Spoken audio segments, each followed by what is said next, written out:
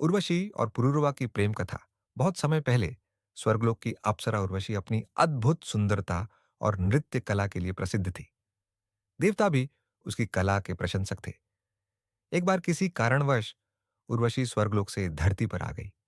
वहां उसकी भेंट हुई राजा पुरूरवा से, जो बहुत ही वीर, उदार और धर्मनिष्ठ राजा थे।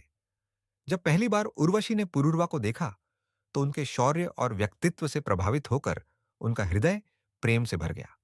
उसी प्रकार पुरूरवा भी उर्वशी की दिव्य सुंदरता देखकर मंत्रमुग्ध हो गए।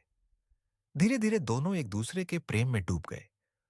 उर्वशी ने पुरूरवा से विवाह करने की इच्छा जताई, लेकिन उसने एक शर्त रखी, जब तक तुम मेरी प्रिय भेड़ों, पशुओं की रक्षा करोगे और मेरे सामने नग्न नहीं दिखोगे, तब तक मैं तुम्हारे साथ रहूंगी। पुरूरवा ने बिना सोचे समझे ये शर्त मान ली। दोनों का विवाह हुआ और वे प्रेम और आनंद से जीवन बिताने लगे।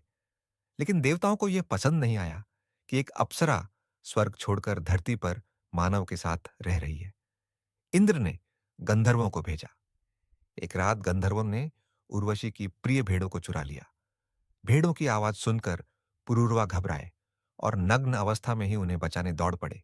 इसी क्षण आकाश में बिजली चमकी और उर्वशी ने पुरूरवा को नग्न अवस्था में देख लिया। इस तरह उनकी शर्त टूट गई। शर्त टूटते ही उर्वशी ने पुरूरवा को छोड़ दिया और स्वर्गलोक लौट गई। पुरूरवा का हृदय बिखर गया।